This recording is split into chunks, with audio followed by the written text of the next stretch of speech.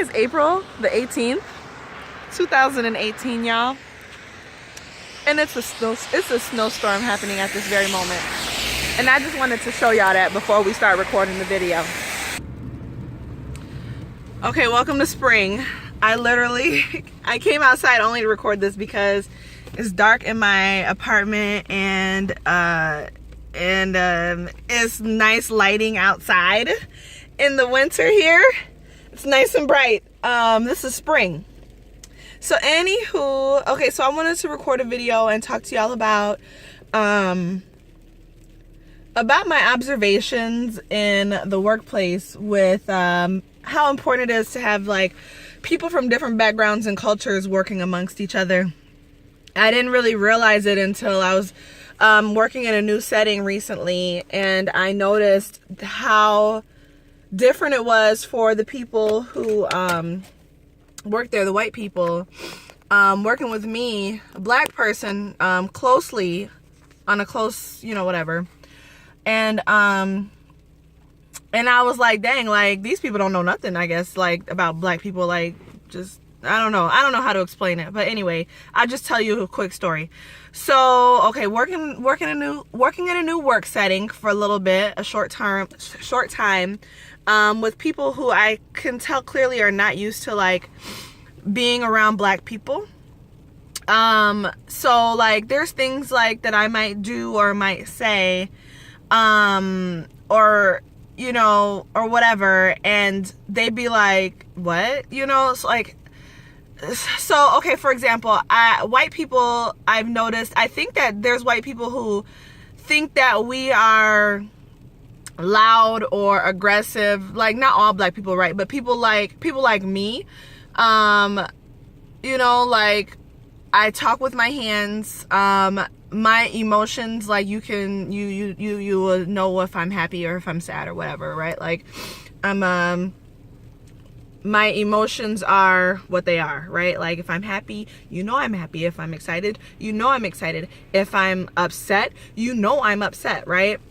And so, to white people who don't know that, or who have not been around people who express themselves in that way, to them, they apparently, like, it can be intimidating, or it can be frightening, I guess. I don't know. Like, it's weird.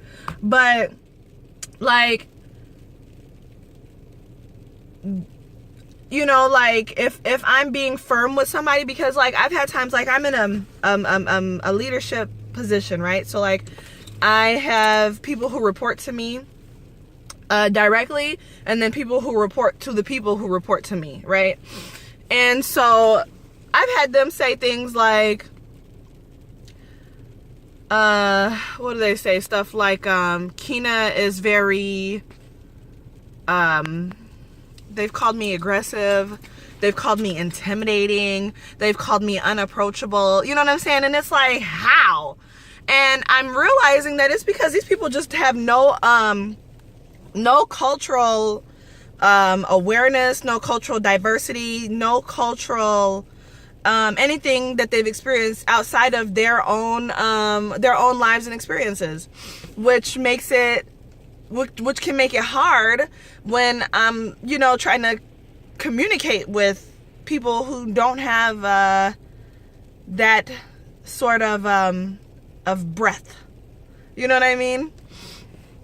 So I can't remember what it was. It was something else that made me think about it the other day. Like, I was at work and I was talking to these two guys at work, and like they were looking at me when I was talking. I was talking about something that I was, like, I don't know, excited about, but they were looking at me, and they were looking at me like this, like, and they were looking, I think, to try to determine whether I was like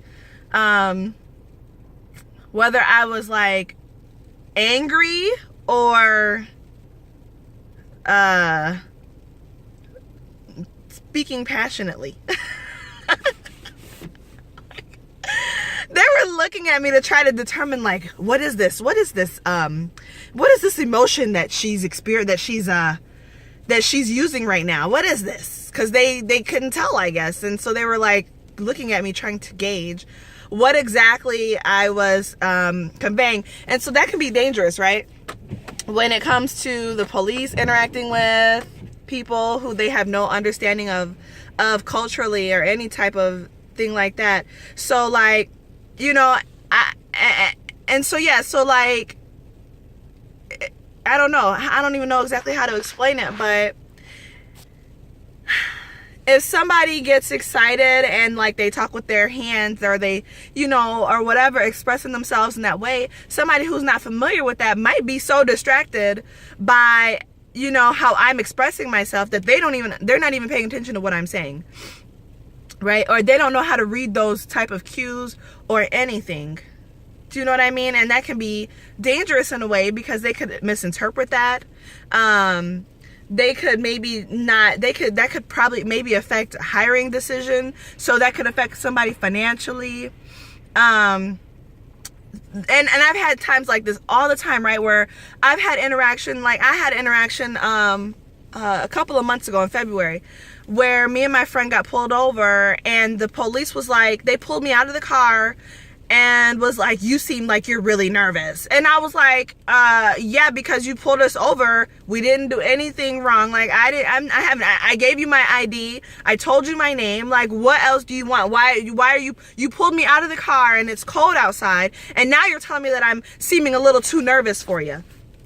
You know what I mean? And it's like, but why? Like, are you trying to provoke me or something? Like, no, I don't trust you. I don't know you. Like, I've had bad experiences with people like you. You know what I'm saying? So no, I am nervous, like, because I don't know what to expect right now. You know what I mean? But they are reading me differently than they might be reading me, my nervousness, and as a threat to them. You know what I mean? But I'm nervous because of what they have done in the past to me.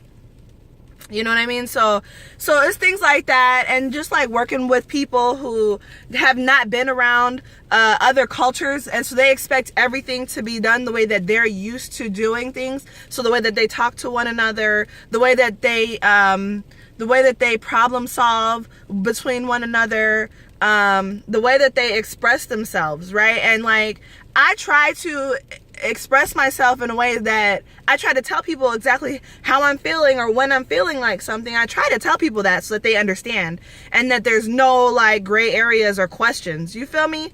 So, but and I think that that's because of the fact that, as me being somebody who's always been like one of a couple or one of none, you know what I mean? I think that I've realized that people don't even know how to read me as a black person if they're not even used to being around black people. You know, like, I don't know.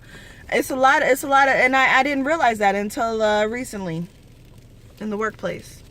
The way that you might joke or anything like that. You know what I mean? Like, I'm one of the people where if there's a situation and something is, you know, like, the vibe or the environment, like if it's really tense or sad, I might be the person who's gonna be inappropriate. You know what I'm saying? Like, I might crack a joke to try, you know, because like I don't know, but and I have friends who do that too. So, I don't know.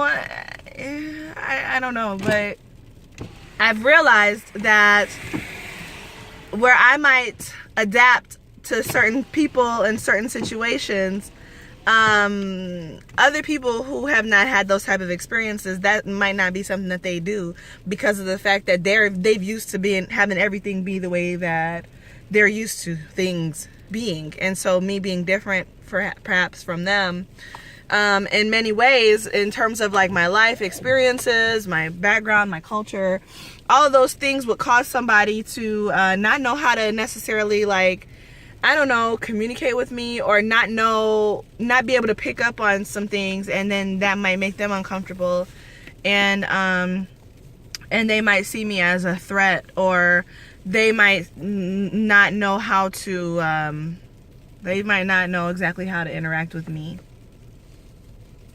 So yeah, that's all I got to say. I made it less than 10 minutes, but I really wanted to talk less than 5 next time.